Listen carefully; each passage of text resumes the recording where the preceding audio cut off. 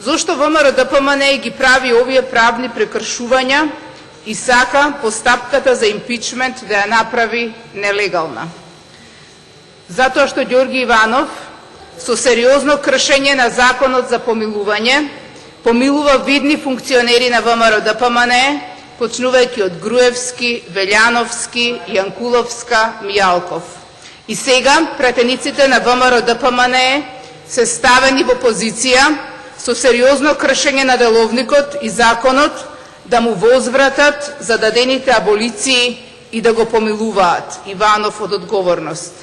Оваа незаконска спрега меѓу Иванов и Груевски е всушност злосторничко здружување во кое сега се втурнати и колегите од пратеничките клупи, злосторничко здружување кое остава трајни штетни последици на правниот, правосудниот и политичкиот систем во Република Македонија. Тој скрши закон за да ги помилува, тие кршат деловник за да го помилуваат. Одредбата од членот 206 став 2 од деловникот е јасна. Комисијата за импичмент треба да има председател и 10 члена, со тоа што треба да биде обезбедена соодветна застапеност од пратеничките групи и од пратениците кои не се организирани во пратенички групи. Каква е таа соодветна застапеност кога ВМРО-ДПМНЕ добива апсолутно мнозинство во комисијата, а такво нема во собранието? Каква е таа соодветна застапеност кога ДУИ добива ист број членови колку и Социјалдемократскиот сојуз, иако имаат многу помалку пратеници? Каде се пратениците кои не се организирани во пратенички групи? Јас речиси сум сигурна дека господинот Илиовски како председател на Комисијата за избори и именувања добил ливче со напишани бројки колку треба која партија да има во комисијата. Но кога ви ги дале бројките, сте требале да побарате да ви ги дадат и процентите на застапеност на пратеничките групи. Зашто онака како што слушнавме во бомбите кога се договарале процентите за кинеските провизии, сте требале да им речете да не претеравме, зашто навистина претеравте. Ваквата математика не е весела математика. Вашава математика е тажна математика. Основно правило во математиката е дека децималите над 5 ги заокружувате на поголемиот број, а оние под 5 на помалиот. Ама вие со вашава одлука не само што го кршите деловникот, туку ги кршите и законите на екзактните науки. Согласно со одветната застапеност на пратеничката група на СДСМ во собранието, ние треба да имаме 3 члена, а вие 5. Согласно вашето самоволие, вие сте ни предложиле ние да имаме 2 члена, а вие 6. Тоа е комплетно незаконито. Ние денеска, како пратеничка група, побаравме од господинот Велјановски да обезбеди спроведување на деловникот согласно неговата деловничка и законска обврска да се грижи за примената на деловникот. Но реакција изостана, што и не беше неочекувано.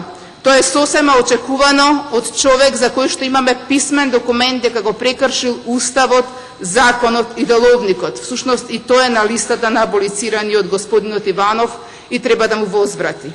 Ке ми речете дека аболициите се повлечени? Да, повлечени се, но секој правник знае дека ваквото повлекување на аболициите ја оневозможува правдата.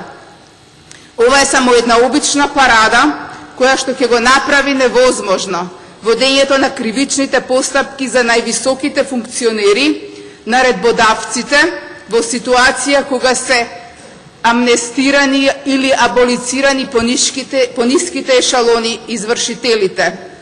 Плюс, со ваквата селективна аболиција, наводно селективна аболиција, ВМРО-ДПМНЕ сака да прати порака до своите партиски војници да продолжат со извршување на незаконитите действија, кои меѓу другото вклучуваат и изборен криминал и дека нема ништо да им фали влакно од главата.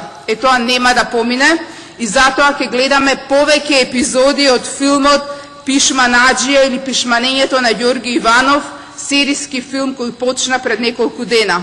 Само што изјави дека повторно би ја донел одлуката за аболиција, 3 дена подоцна потпиша одлуки за поништување на помилувањата за 22 лица.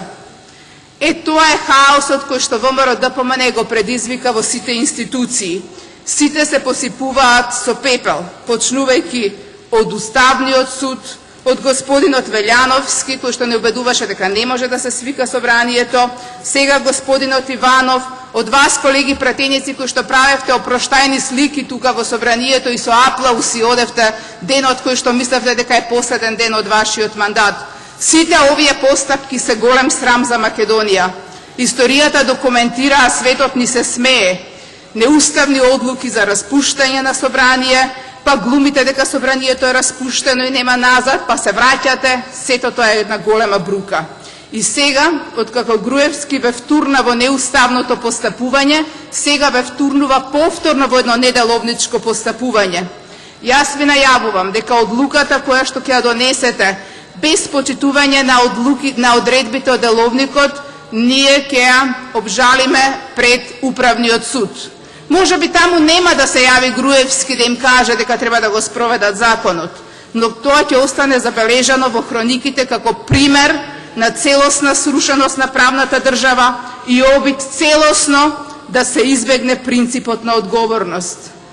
Всушност, со оваа незаконска и неделовничка одлука вие се обидувате да го спасите Иванов од одговорност, како што тој со аболициите се обидува да ги спаси вашите челни функционери од партијата ВМРО ДПМН. Вториот аспект на незаконитост на одлуката е со изборот на господинот Љупчо Димовски за член на комисијата. Имате класично кршење на законот за судир на интереси. Господинот Димовски е опфатен со аболициите, значи тој има личен интерес од постапувањето на господинот Иванов и има конфликт на интерес онака како што е дефиниран според законот за судир на интереси.